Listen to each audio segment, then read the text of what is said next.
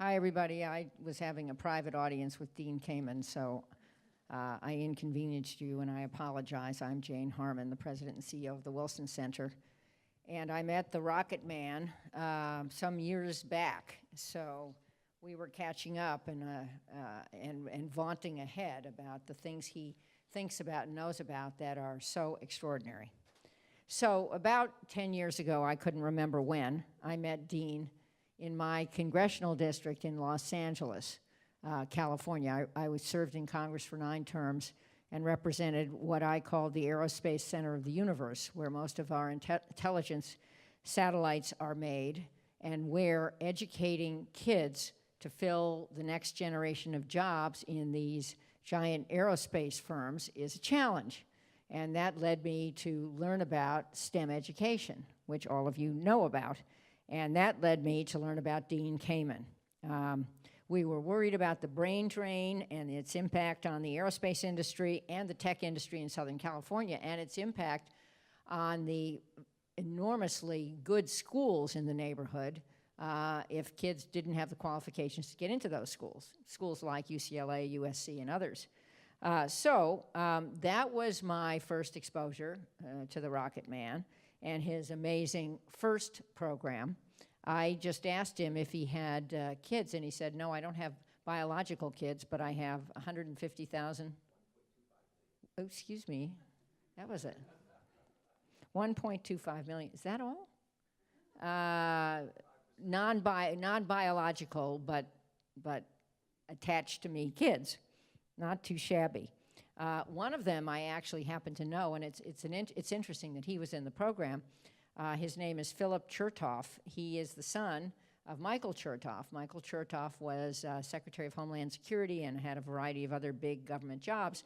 But why that interested me is that Philip was in this program in Washington, I guess, in some Washington school, while Michael was Homeland Secretary, and we were very good friends. Am I talking too loud for you? Too loud. Okay, thank you you should say something. While Michael was Homeland Secretary, and he would just rave about this program. The kid then went to the University of Chicago. He graduated. He's not a drug dealer. He's a productive citizen, so obviously the program worked. As I have learned, over 75% of first alumni are in a STEM career. Who knew? And 41% of them end up majoring in engineering, which is cool. A little bragging, I went to Smith College, still an all-women's college, first to have an engineering school.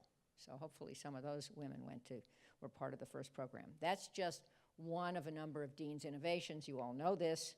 Segway, no pun intended, or pun intended, to the Wilson Center, where he and our own Kent Hughes have been collaborating for years.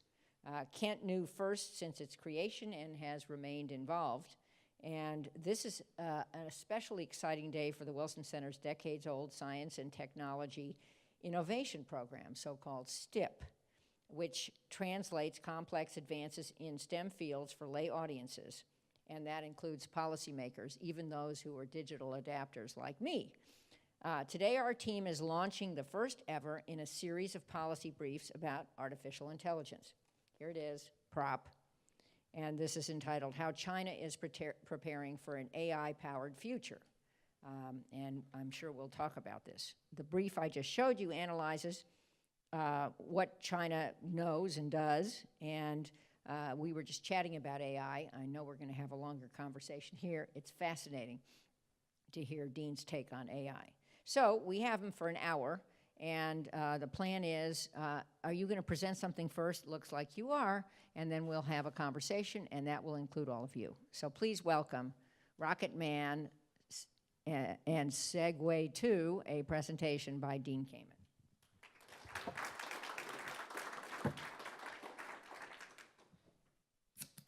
Thank you for that. And I guess I'll first start by saying I assumed I would give a very, very brief history of things I do because some of it may not be particularly relevant, but it's good for credibility. But based on the fact that we're going to have a conversation, I think I will skip really quickly through early stuff. my understanding was that the two things I really did want to focus on in speaking with Kent is obviously first, because the Wilson, this place to me represents more than most places, a place that thinks about global, international issue kind of things, and we have an exciting new global incremental program that we've added to FIRST, and Kent has helped create that, and it's going to have its first inaugural event here, as you'll see, in July, and we hope you'll all be there and see why we're excited about it. I was asked by Mitt Romney to be out at his E2 a week ago, and he said, Dean, we would like you to speak, and again, a brief history of where you've been, he said, for credit, then talk about FIRST, then talk about regenerative medicine, then talk about your new vision, because the new version of FIRST is modeled after the International Olympics, and he helped save the International Olympics structurally. So I did that there, and it was an hour. I'm going to now scream through it in, let's say, half an hour, so we have half an hour to talk.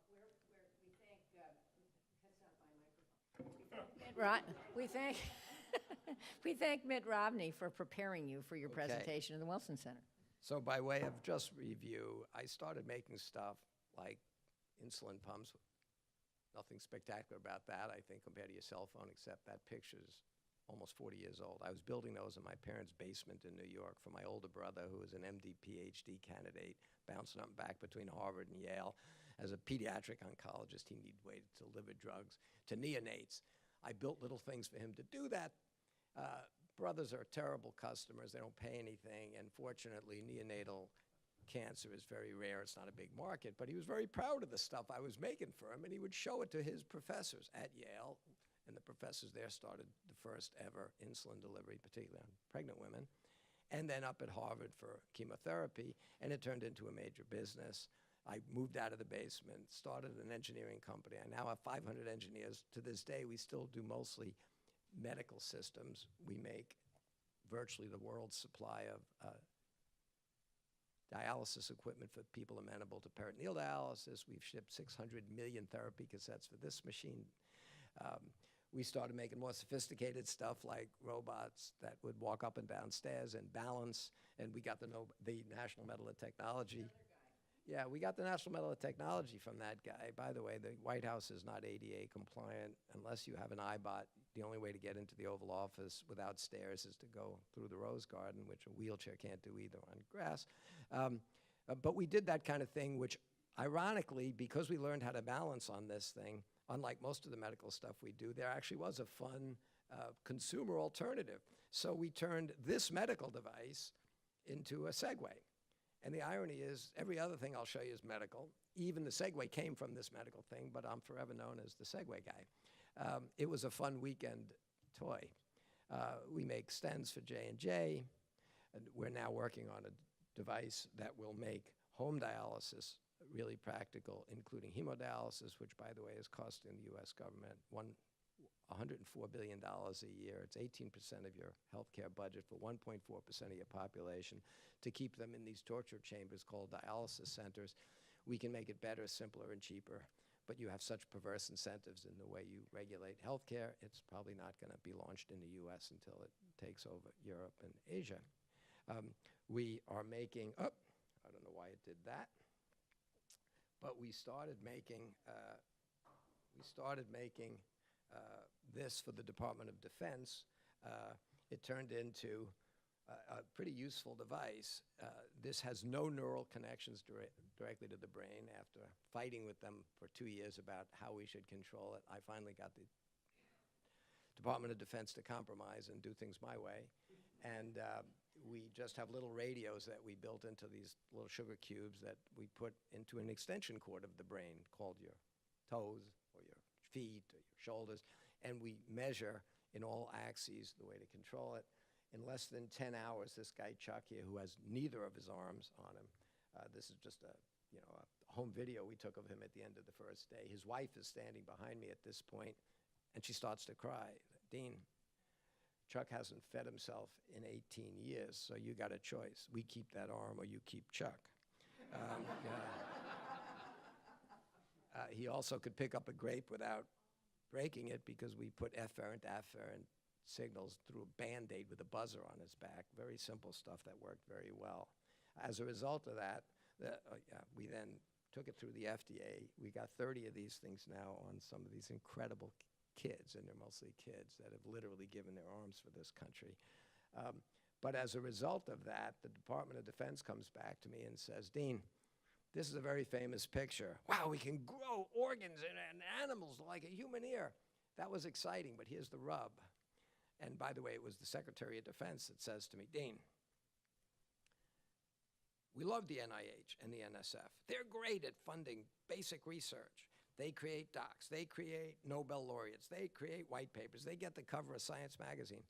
But it's been 20 years, and there's no example of anything ever leaving the laboratory and becoming of industrial scale, because that's not the way these guys think. So we'd like you to set up an organization to work with every one of these academic institutions that all have the miracle in their roller bottle at Harvard, at Yale, at Stanford, MD Anderson. These guys make livers. These guys, they all make them one at a time in a Petri dish.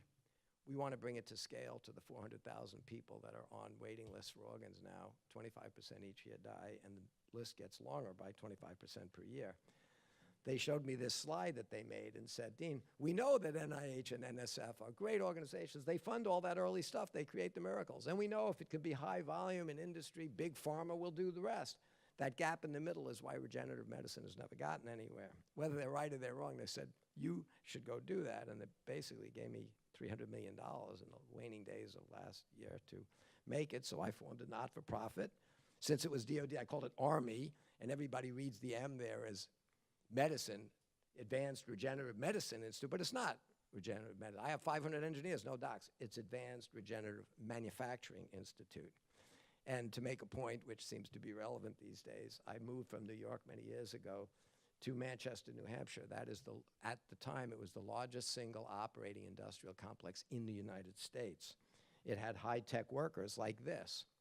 And it's what's now given manufacturing a bad name because people still think that's what manufacturing is. These mills, my office is actually in the very first one here, but this picture was taken during the Great Depression when the high-tech industry was no longer high-tech. It was a commodity that moved to the south and then out of the country and never got replaced, so the mills went empty. I've moved in there, and it's worked. Even your Washington-based people said it's the only example of an old city that got it. I took this picture from my helicopter, but DECA moved in there in 1982. Then I started filling it. I got 500 engineers in those buildings. Then I bought from Warren Buffett the rest of the milliard. I put First, now occupies an entire 150,000-foot building. Put Autodesk, East Coast headquarters in there. Brought Texas Instruments in. Brought United Therapeutics, the only people that are doing regenerative medicine at scale now. Brought the University of New Hampshire to build a whole, essentially, curriculum around this stuff. And now DECA is putting in those new buildings a place to build the arms, the iBots, and now regenerative medicine. So that's where we are. And yes, over the last 5 months, we've picked up pretty much every major biotech and pharma company to join this not-for-profit, and all the universities and medical schools as well. And as I said, they've now committed about $300 million. We made, in the last 5 months, this device, which I don't know why it won't show printing. No, that should be moving, but this device here, maybe if I hit it, hold on. There it goes.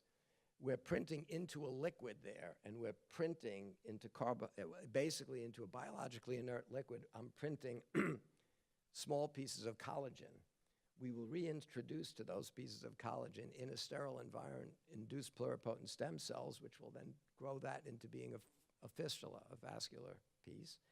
And then it can be used, for instance, to give people that have cardiac problems or people that have issues like they need a fistula for dialysis, a connection. We built enough of these little printers that we're going to give them to all the people out there in these university labs, these units to play with, but we're going to connect them through the cloud so we can take to the FDA a single solution to bringing to scale each bit of magic that they do. That's all I'm going to talk about for that, and now we're going to talk about First. And 26 years ago, when this country was deeply worried about it, was, I guess, Japan at the time, the semiconductor. We're always worried about the thing that it's too late to worry about, and by the time we start worrying about it, we've solved the problem, because you worry about a problem, you fix it. But then you guys talk about it. Anyway, they formed the Council on Competitiveness, and I was invited to one of their meetings. Can't help that happen, and convinced 20-some-odd companies that while they all focus on some symptom of a problem, tax policy, the real problem that America had was our kids are more interested in the NBA, the NFL, and Hollywood than they are in physics, mathematics. And you can't be the world's leading innovator when the rest of the world has figured out how we did it for 200 years. We had the best public education. We had the best environment for entrepreneurs to try and fail and try again in an open, free society. And so the rest of the world, like a laser beam, is focusing on doing that, while America's fat, dumb, and happy, deciding that we'll live off the great work done by former generations, and we've become great at whining and complaining about why the next generation isn't going to be better than us because they didn't work hard, they didn't earn it. So I said, we're obsessed in this country with sports and entertainment. We have no shortage of great sports and entertainment. We still outsource. So why don't we just turn science, engineering, and math into a sport and make it entertaining? But the content, instead of learning bounce, bounce, bounce, throw, a fairly limited skill, unless you're a chimpanzee, I think it would create a generation of people that maybe would return America to what we all presumed it was in global stature. So I formed a not-for-profit organization called FIRST. And let's go to FIRST. For inspiration and recognition of science and technology. It doesn't have the word education in there. I don't believe we have an education crisis. We never did. My mom's a teacher and reminds me most teachers are pretty good. We don't have an education. We have a culture crisis. As I said, you get the best of what you celebrate. We started celebrating to obsession, World Series, baseball is no longer the national pastime. It's an obsession like the Super Bowl. So I convinced the voice of God a few years ago that's Morgan Freeman, to come to one of our championship events and do a little video. We're so compressed on time. It's about 5 minutes. It has great statistics, but I shortened it to 1 minute just to give you a sense of what FIRST is. This is the Super Bowl. The Super Bowl of smarts, that is. It's a life-changing competition. It's kids having fun, competing, working together to dream up, design, and build robots. It's just an exhilarating feeling. It's like I'm using power tools. They're having the hardest fun they'll ever have. And they're becoming our next generation of engineers and innovators. First, for inspiration and recognition of science and technology, my teachers were some of the greatest influences on my life. By challenging and trusting me, these mentors got me to understand that I could do anything I put my mind to. I feel like I can go and do anything I want to do because of this program. Someone took the time to guide and inspire me. It changed my life. Take some time. Go to usfirst.org. So you got to do what God tells you. Go to usfirst.org. To give you a little history, we started it, as I said, I needed superheroes for our sport, otherwise it would be a science fair. Where do you find the superheroes at tech? At IBM, at Boeing, at Lockheed. So at that council, I got 23 companies to adopt 23 high schools. And I said, go adopt a school where there's a barbed wire fence around it, not where your CEO and your senior people send their yuppie kids to the private schools in this country. And particularly find women and minorities in those schools and convince them that science and technology is way more accessible and fun if you do it in the right way than bouncing a ball, and maybe we'll change the culture of the country. 23 of them showed up to a high school gym 6 weeks after I gave them a kit of parts that fit in a shoebox in 1992. The only thing I asked the then President of the United States, Bush 41, hey, you bring the winners of the Super Bowl, the World Series, and the Academy Awards to the White House. Bring our winners to bring the people that'll create the future of the White House so that you can continue to support those other distractions. He agreed, and it became a tradition, and I'm happy to tell you that for the last 25 years, there's been 4 presidents, 2 Republicans, 2 Democrats. Each year, they brought the kids to the White House. I was a little worried about this president. I was in the White House yesterday and got the commitment to do it, so we're on a path. But anyway, most of you would like to see companies that have the kind of growth FIRST has had. It went from 20 some odd teams in year 1 to 50 in year 2 to 100 in year 3 to 200 in year 4.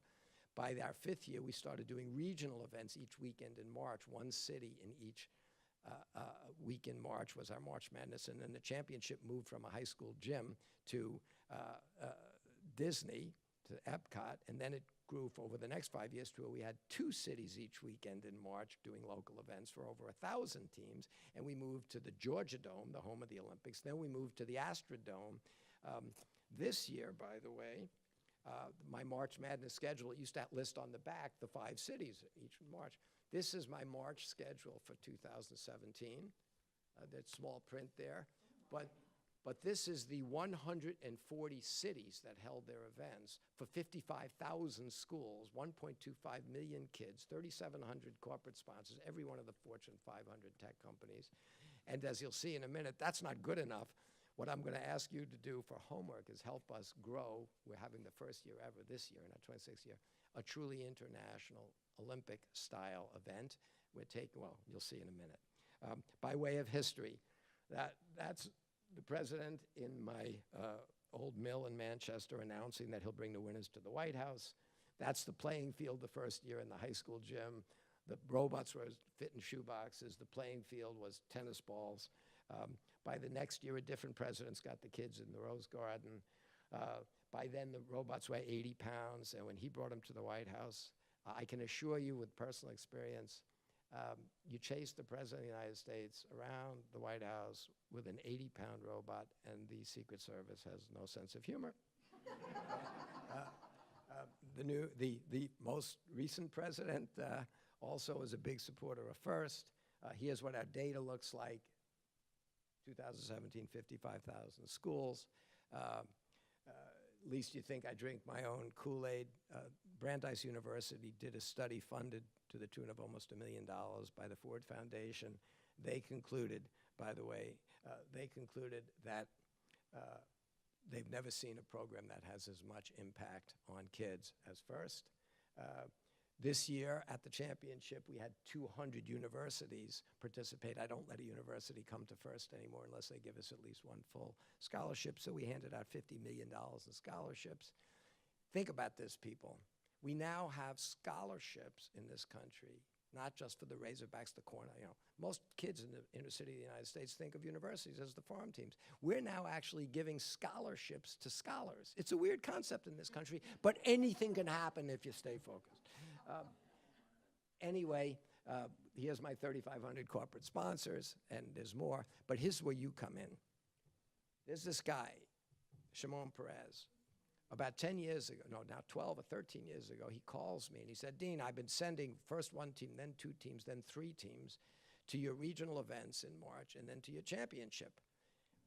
I can only send a small number of our teams because it's incredibly expensive even to get to the closest regional. This is crazy. Put a regional in Israel. I want one in Tel Aviv. Well, first of all, you don't say no to Shimon Peres, a president, a prime minister, a Nobel laureate. So I fly over there, and while I've listened to a lot of presidents in this country talk about FIRST, they mostly say nice things, kiss the babies, and go off. They're politicians. He made a couple of comments in the first time he stood in front of those people that was so astounding, and I think Woodrow Wilson would violently agree with him, that it changed the course of what FIRST did. He stands in front of a group of people and he says, you know, at the time he was a young man in his mid-80s, and he said, I used to think the most important thing to teach in school is history. Because if kids would look at history, they'd realize that nobody can win a war. War destroys people, it destroys property, it destroys futures. Nobody wins, it's crazy. So if we would just use history to learn, we wouldn't make the mistakes of the past. Now he's standing in front of a bunch of techno-geek and kids. He says, sadly, I've watched 4 generations grow up in the Middle East, and I've learned that what education really does is it each group teaches their own kids their own truth, their own history, their own right and wrong. And by the time these kids grow up, they learn how to precisely duplicate the self-destructive behavior of their parents and their grandparents. It's crazy. He said, let's stop teaching history. I've watched what happens when kids play with the robots at FIRST. I have all girls teams from Palestine and Jordan playing with the kids from Israel. They start at a young enough age. They all learn the same truth. F equals MA everywhere. Mathematics is the same everywhere. The laws of physics aren't just a good idea. They're the law. And you can't change them because the Senate would rather make pi 3. It's easier to remember than 3.14259. I don't know. But he stands in front of this crowd and he says, we should stop teaching history. If we could get a generation of kids around this planet of ours all to learn the same truths, to learn how to communicate and cooperate, to trust each other and understand each other because they have the same basic understanding, we would break the cycle. By the way, he says that, and I put a regional there. Over the last 10 years, Israel has grown to have 1,100 first teams, and they've invited teams from all over the Middle East, and they're doing phenomenally well. So last year, and this is where your homework assignment comes, Woodrow Wilson people, I was approached by, at our championship, a bunch of people who said, Dean, you know, in that arena, 72,000-seat arena, there are 83 countries have teams here. And first never went to be international, but all the companies that are involved spread out. And companies are international. They said, you got 83 countries here. The Olympics has been at it since 1894. They have 79. And they said, but you've got to organize it. It's like an invitational. It's like you created the NBA. And now basketball became so popular in the US that finally, after 100 years, the Olympic Committee decided we're going to make basketball an Olympic sport. But the NBA would never have teams from all over the world compete. They have a bunch of teams in the US. But they are the standard by which now everybody plays internationally. They said, you've got to use first here to create the international, the Olympic version. Hence, I called Mitt Romney. I called Shimon Peres. I said, you've got to be the chair of First Global. And he says, Dean, he says, I'm 92. And I said, okay, Shimon, you can be the honorary chair. And in that great, deep, gravelly voice, he says, I would be honored to be the honorary chair. Of course, I will do it. And he sends me a letter which has basically this language in it, which I thought sums it all up. But I don't know if you can read it back there. It's already working as I hoped in Israel. We're now working to spread it throughout the Middle East. First is a blessing in its own right. It will do more all over the world to make the world a better place for people. So I decided we're going to make it work. And by the way, having had 5 presidents of the United States all talk about, they're the education president, I had this quote, and then I thought, well, maybe as we go international, we got to think bigger, like the Olympics, go back to the Greeks. So which one of our presidents made this profound, novel, new statement? All who have meditated on the art of governing mankind have been convinced that the fate of empires, like I was in New York, the Empire State, depends on the education of youth. Was that Trump? Was that Obama? Was that Bush? Was that Clinton? Actually, that was Aristotle. So this is not a new concept, people. If we don't educate kids better, we're going to get what we deserve. So this is what first looked like without international first. This map shows you the people that showed up in the Houston arena, 72,000 people a few weeks ago. Kent was there. And this is first as we knew it, but it's not organized to become a global force. We're going to introduce First Global, and it will be, and I'm desperately looking for your help. We'll talk about this. Last year, I got Mitt Romney to come to New York City in the midst of his, a year and a half ago, and he said, Dean, I can't get to New York. I'm out here with 14 potential candidates, and it's like herding cats. Governor, the fact that you have 14 people that you can't organize is not my problem. I've got to get First Global going. I need it to be built on the Olympic model. You have more experience with that than anybody. I'm bringing some international leaders to New York to organize. You have to come and share your wisdom with them. And in the midst of all that craziness, he flew out, spent the day with us, and did that.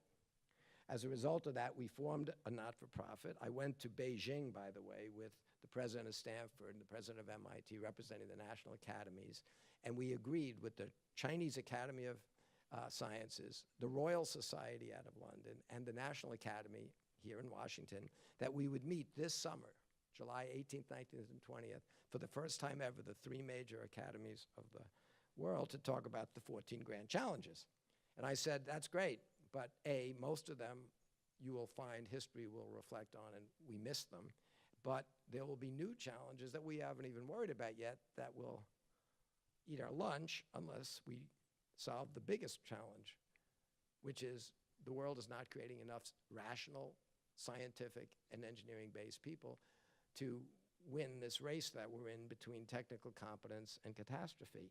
So let's make another challenge that all the organizations around the world, every country, will work with us to create an environment for kids, more kids, to become engineers, scientists, and problem solvers. I got Will.i.am to come with me. By the way, those of you that are worried about what's really going on in China, they have 4,750 first teams over there. They're trying to put it in every school in China. And as their president said, they believe that robotics is the entry and impetus to the growth of the third industrial revolution. Anyway, as a result of the work we've done to try to grow this thing, we thought we'd have 30 or 40 countries on this new international model here to do a demonstration program on those 3 dates when all the academies from around the world are at the National Academy here. And I thought 30 countries would do it. We brought in a guy to help us organize that, and we didn't get 30 countries. We have 156 countries, each sending one team with one new robot kit that I designed and built, and we put them in production, and we got Fred Smith and FedEx to ship them free to 156 locations, you know, Rwanda and Uganda and Somalia and Afghanistan, and they all have their robot kits. You can see videos that they've all posted in the last few weeks because they know they have to show up here at Constitution Hall on July 17th and 18th, but I won't have 30 countries represented. I'll have 156. By the way, 70 ambassadors have already agreed to be there with their team in the same way they're proud to support their shot putters and pole vaulters and other people that will dramatically impact our future. And anyway, that's sort of the end of my slides, except I have one now, invitation to please, you guys all have to help us figure out how to make this thing go and grow and be a prestigious event. It's walking distance from here to get to that building. I rented it, and we're outfitting it with our playing fields for these robots. But in order to make sure we'd get a lot of support from other countries, I was going to send the Morgan Freeman piece, which is longer than the piece I showed you, and it shows what FIRST is. The little kids with FIRST Lego. It shows all the different layers of FIRST and what FIRST is. And trying to explain what it is not easy because everybody think it's a science fair if they didn't know better. Then you think it's a... But that worked. But I realized that we'd have to make a video that isn't what it is. We'd have to make one of why it is. And typically explaining to people why something is much harder than just describing what something is. So I went to one of the great producers of stuff. He did that famous commercial of when the Apple guys were coming back. You know, they played it at the Super Bowl, and I went down to see John Kamen, unrelated to me, and I said, I need a really short, intense video so that people that think, it's not about robots. I don't care that they're history people or policy. It's about self-respect. It's about communication. It's about cooperation. It's about the future. I need a really short piece, but it's not about the robots, John. He looks at me after 2 hours, and he's got just a yellow pad. He doesn't look very high-tech. We're down in New York, and he says, Dean, you want a 1-minute video that explains why you're doing something as big as First Global. But you've sat here for 2 hours telling me what it's not. It's not robots. But I've been to your championships. It is robots. So how much of my 1 minute do I have to spend my time explaining what it's not? And how am I going to explain why you're doing it in the remaining? And I said, John, you're trying to weasel out of giving me this. If it was easy, I would do it. I know it's hard. You got to do it. But okay, I was getting desperate. I said, I'll bring you the voice of God again. Nobody can afford him, and he works for us for free like everybody else. He supports us. I'll give you Morgan Freeman. He goes, I'll do it for you, Dean, but I don't need Morgan Freeman for this one. I need a 7-year-old girl. And this is what he gave me.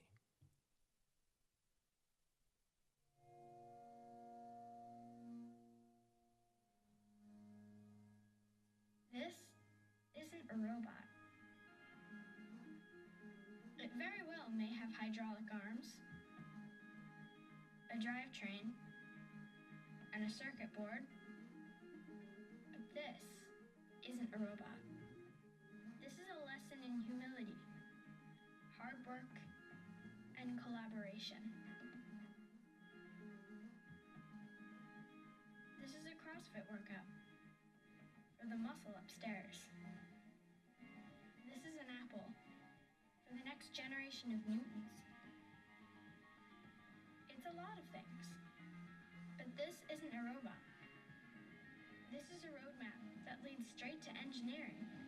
This is a rock to shatter 1,000 glass ceilings, a rope to pull a generation up and out of poverty, a sledgehammer to break down cultural barriers, and a universal language spoken in every nation on Earth. And because of that, this is a compass that can help point the way to peace. But please, don't think this is just a robot. This is Glastonbury for technology. This is mission control for the next moonshot. This is the Rosetta Stone to help translate the future. This is the sport that will help us win tomorrow. This is the software to program ourselves to cure cancer, build a clean engine, or step foot on Mars. But this isn't a robot. It's a machine to build the people who will change the world.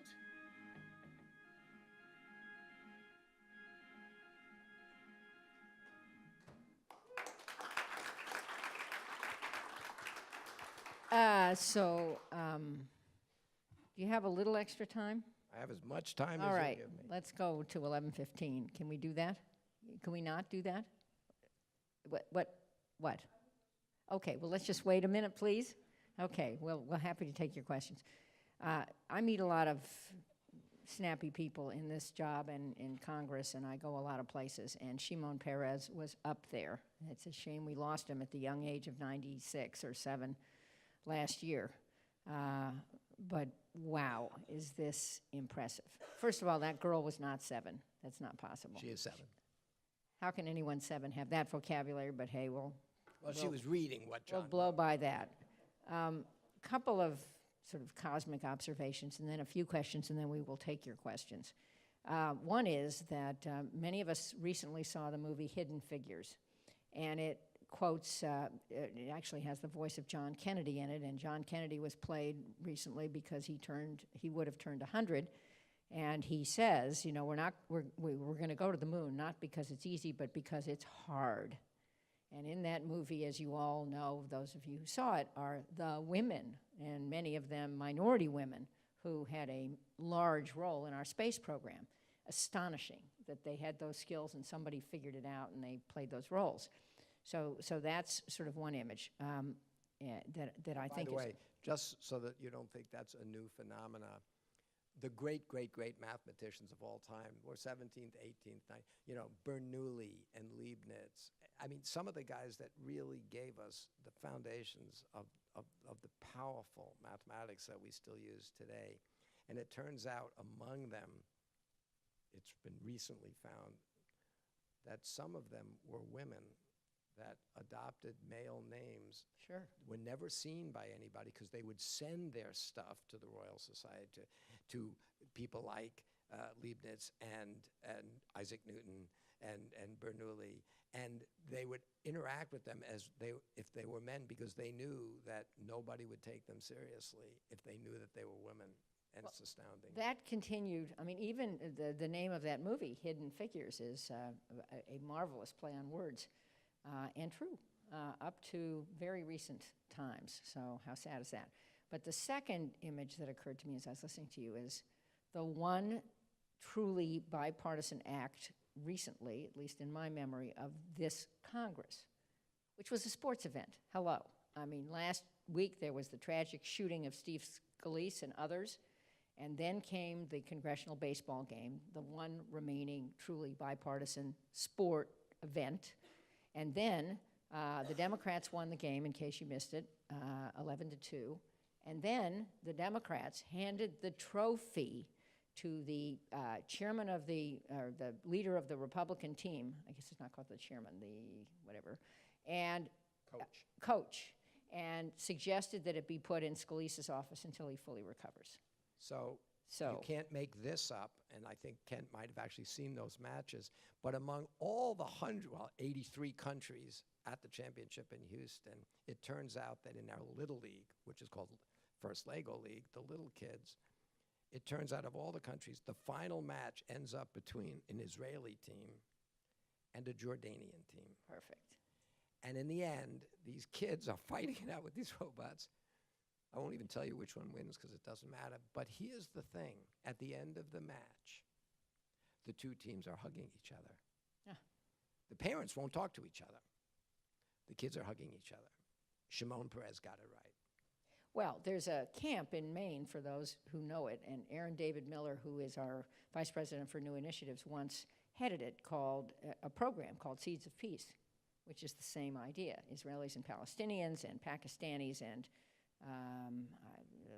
I guess Indians or Afghanis, I don't remember which, play sports together for an entire summer. So the sports metaphor, whether it's actual sports or We're an actual sport. scientific sports, matter. Okay, so very briefly, a couple of questions from me.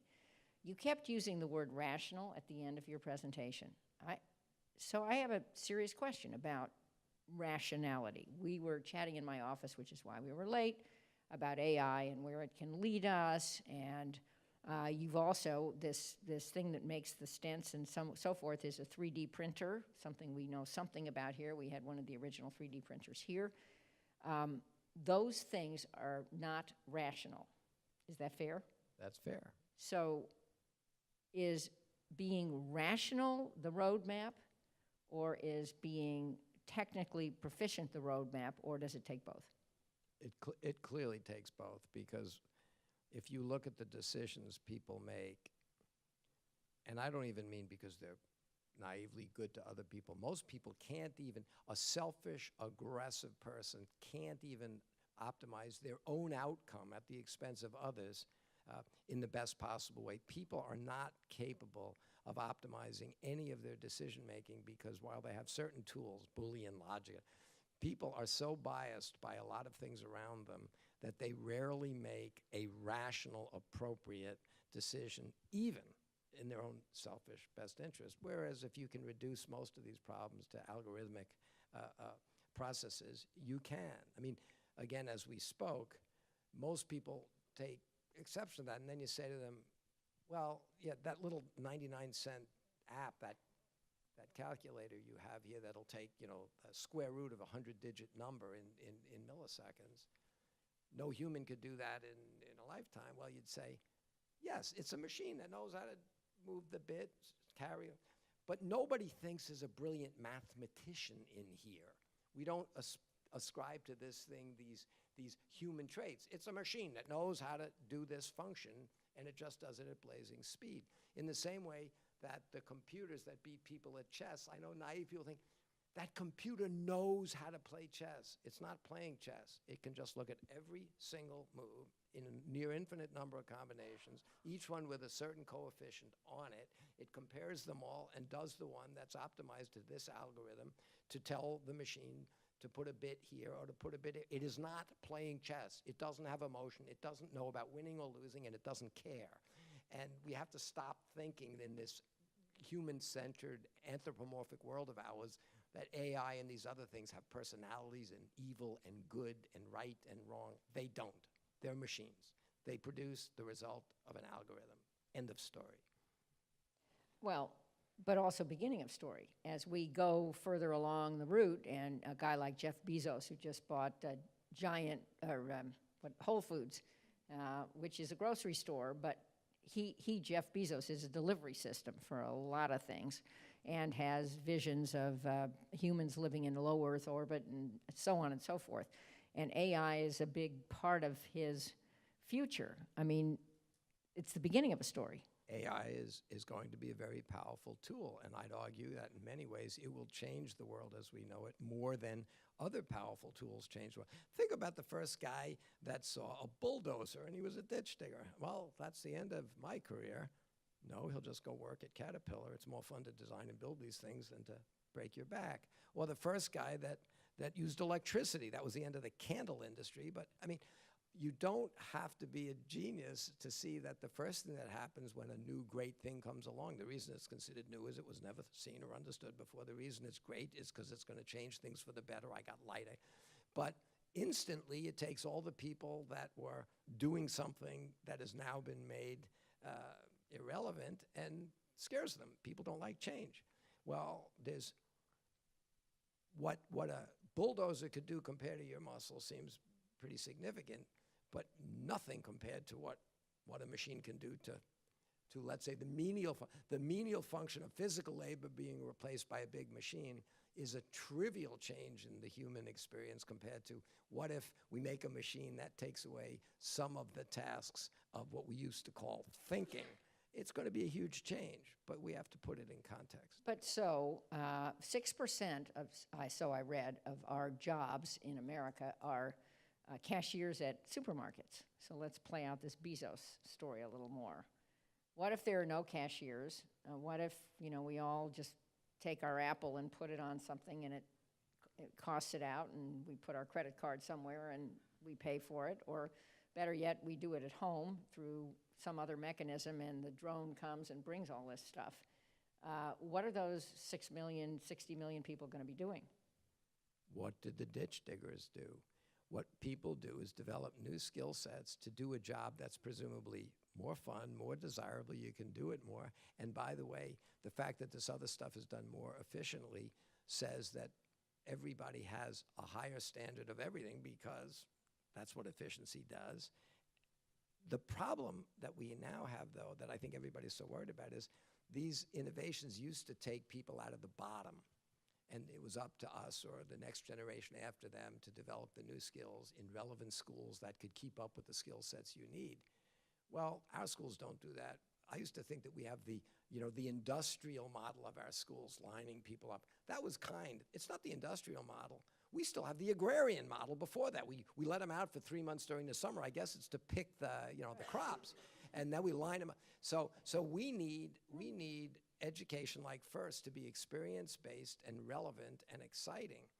But the AI thing has two, I think, potentially terrifying aspects, not because it's different, just because it's a larger scale. One is it's not affecting people at the bottom anymore. It's affecting the people that have a lot of power and a lot of control, make a lot of money, because it will replace some of the intellectual things that are algorithmic, that aren't that intellectual. A law firm can hit a key word and get every document and do a better job than 50 paralegals in milliseconds, like that calculator can do math, not because it's a mathematician, but because we know how to find square roots. Well, now we know how to do document searches.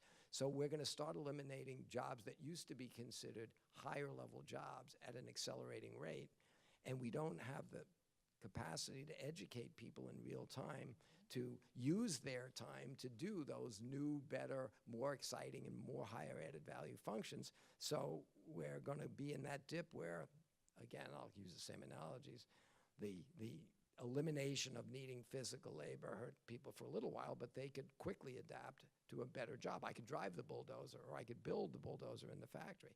What are the people going to do that now have jobs that are intellectually challenging by yesterday's standards that will be done algorithmically by tomorrow's standards? How are we going to deal with those people? I'm sure that I'm not a political person. That's a much tougher problem. Well, maybe we can replace politicians with some You don't need AI-driven, artificial intelligence for less cruel and destructive form. Last question from me. We are, reading about the, clash of civilizations on healthcare reform in Congress. And the Republicans are so dirty because they're negotiating something different in secret, and the Democrats were so dirty because the Obamacare bill passed on a partisan vote.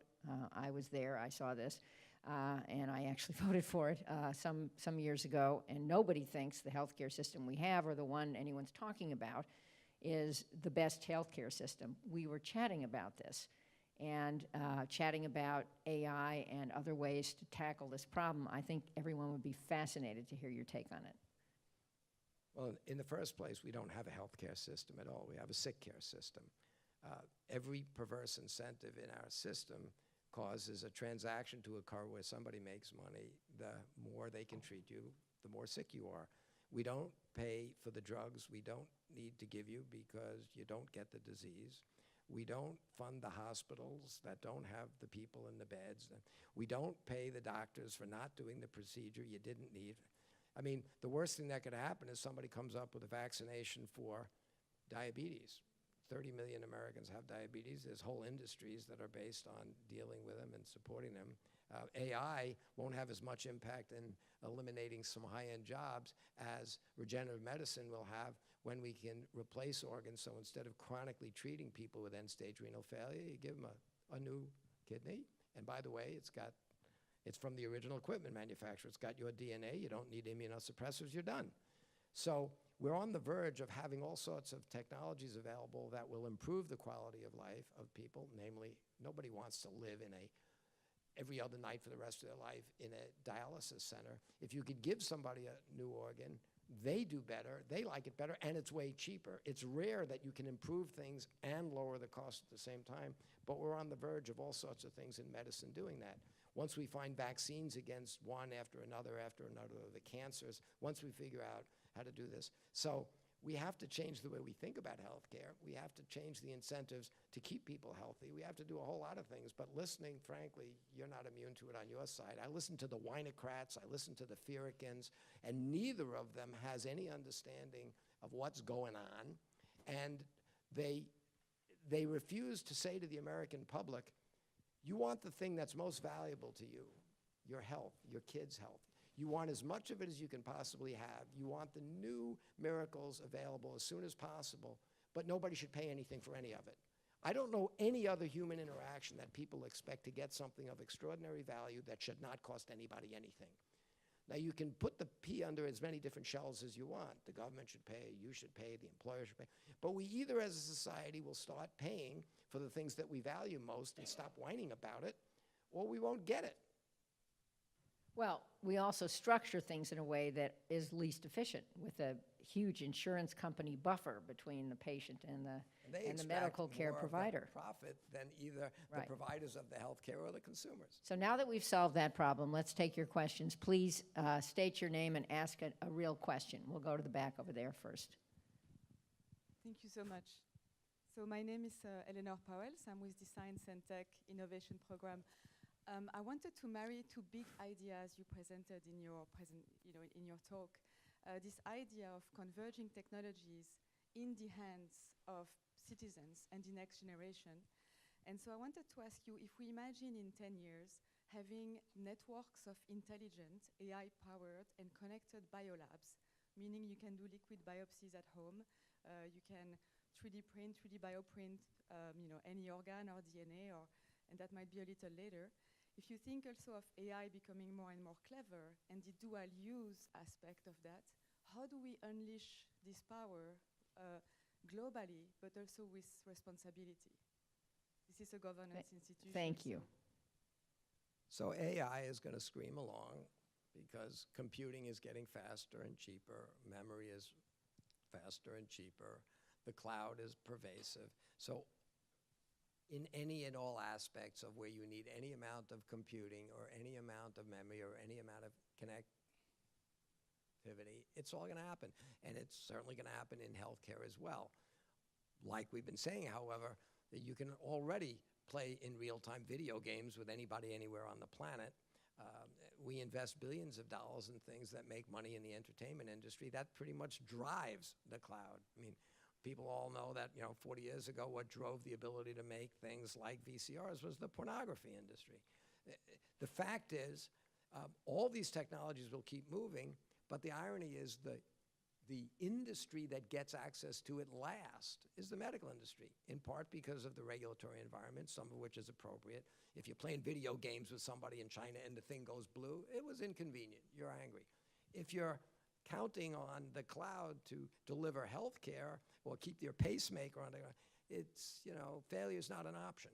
So yes, AI will be in more and more and more medical technologies, but I think the medical community in general, in part because of the regulatory environment, in part because of the industry powerhouses, will be in many ways always lagging the consumer and the military applications of AI.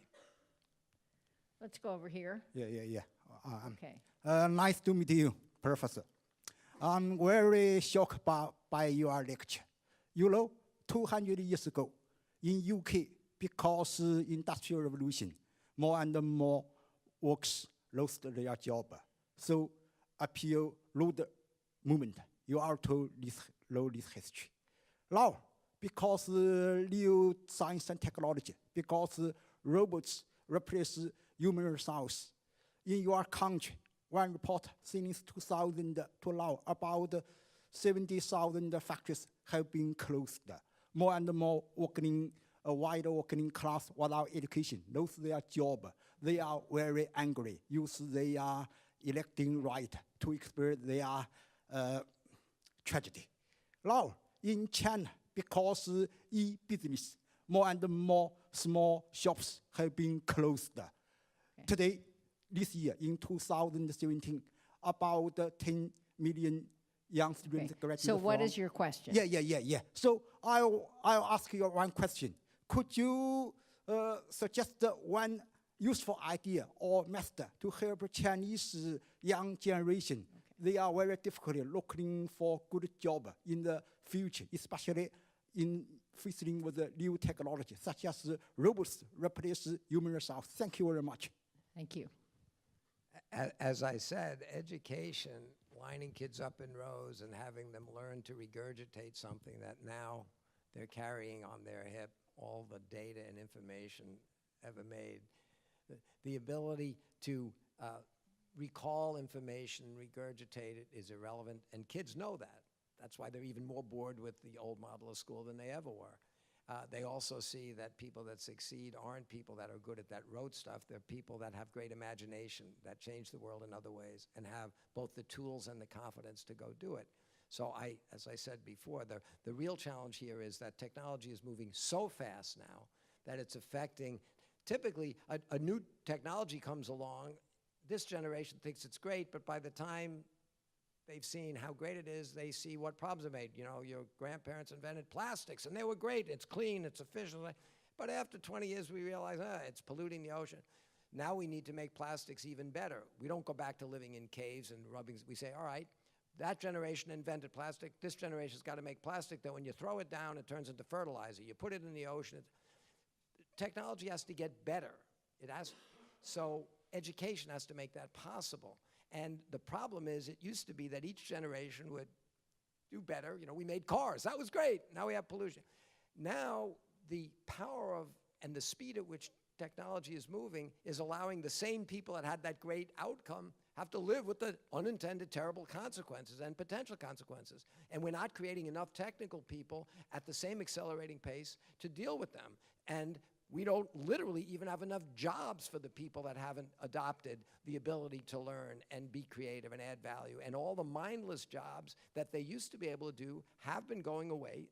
I assure you they will continue to go away. But the choice of taking those people who've now freed up their time and freed up their capability, because you can now put 3 billion transistors into this thing with a machine that no human could do by soldering by hand, and you can make the thing for a couple of $100, so 4 billion people have them. Let's not complain about that. It's fantastic that technologies keep raising the bar for everybody. The problem is, unless the people that now have been freed up to do the next thing have the skill sets, are equipped to do it, have the philosophy to do it, have the courage to do it, you're going to have a world that keeps widening that digital divide. And we may either have to address the fact that we're going to soon live in a world where most people don't work for a living. That we have to find some other way to keep peace and happiness, or we have to educate many, many more millions of people to be able to stay ahead of that accelerating curve that's eliminating mindless. It used to be backbreaking jobs. Now it's mindless jobs. But we've all learned that getting rid of the backbreaking jobs was a great thing because we moved into the other jobs. Now we got to figure out what the future will look like when people don't have to do mindless thinking. They can do creative, inspired thinking. You remind me, though, we didn't really talk about the perverse uses of technology, the use of social media to recruit kids with romantic visions to be terrorists, or the use of advanced tools to hack into systems, and the real dangers of cyber attack now, one of the weapons of mass disruption, let alone destruction. But every new technology in every age, if it's powerful by definition, it's not moral, it's amoral. Every new technology that can be used for something great can be used for something equally potently bad. Technology is not good or bad, it's an amplifier. And we climbed out of the primordial ooze and we found fire. It was a pretty good thing. It could also burn your house down. We built the first, hammer out of a rock. Well, you could build things, you could break your thumb.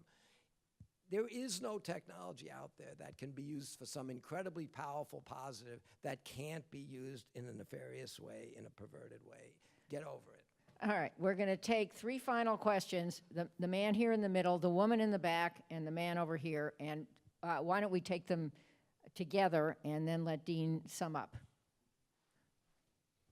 Wait, he's first and then you're second. Here we go, right here. Yep. Thank you very much. Please identify yourself. Yeah, Jeff Olam. I'm actually with the Department of State. And in fact, Dr. Harman asked exactly the question I was going to ask, so I'll continue with that. As Shimon Peres said, that technology is one of the great foundations for future peace, but it also throughout history has been used to kill billions of people. So you make a good point. It's amoral. It doesn't have the value. It's up to the users to determine how it's used. But what responsibility do you, as the inventor, have, or what responsibility do we, Washington policymakers, have to try to lay down constraints or rules of the road when it comes to 3D printing, especially, or when it comes to robotics? These could be very dangerous weapons in the hands of a tyrant. So what kind of policy prescription or what kind of policy guidance would you recommend to help make sure that doesn't happen?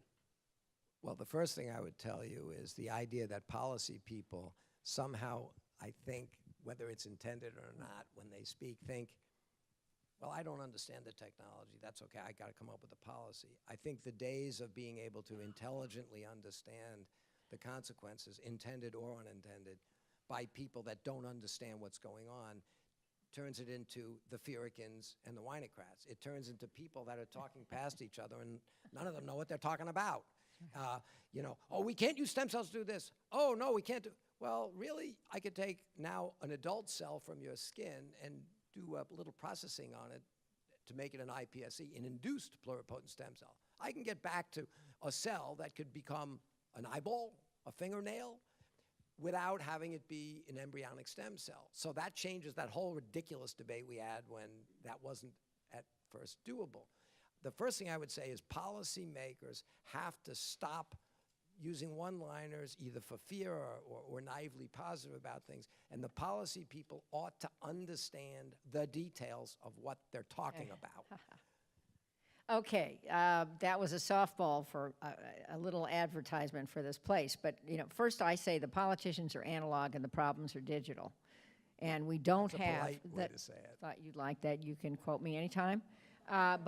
But we have at the Wilson Center a cyber boot camp where we are training Hill staff, bipartisan, bicameral, to understand how the internet works, and for good and for bad, and especially in the cyber realm. And they're not all kids, are going back to work, and it trickles up. They understand the problems, and then they talk to their bosses, and some of their bosses want us to come brief them about how this all works. So we're on it. Just thought you should know. And I would ask the State Department, maybe as a introductory cost to all of them on tech and how it can be used for the positive and how it can be used to have a highly visible presence on July 16th, 17th. I invite you personally to be there to see 156 countries that have kids there that are positive and enthusiastic and see tech as a hope for the future, to learn how to communicate and cooperate. And yesterday in the White House, I said, will you please ask Rex Tillerson to be at this thing? We got all these. I said, I've known for many, many years Kerry. I'm sure Kerry would come. But the old administration is gone, and I don't know the new people. Please deliver the Secretary of State to be at a positive event down the road. Thank you. Thank you. Woman in the back.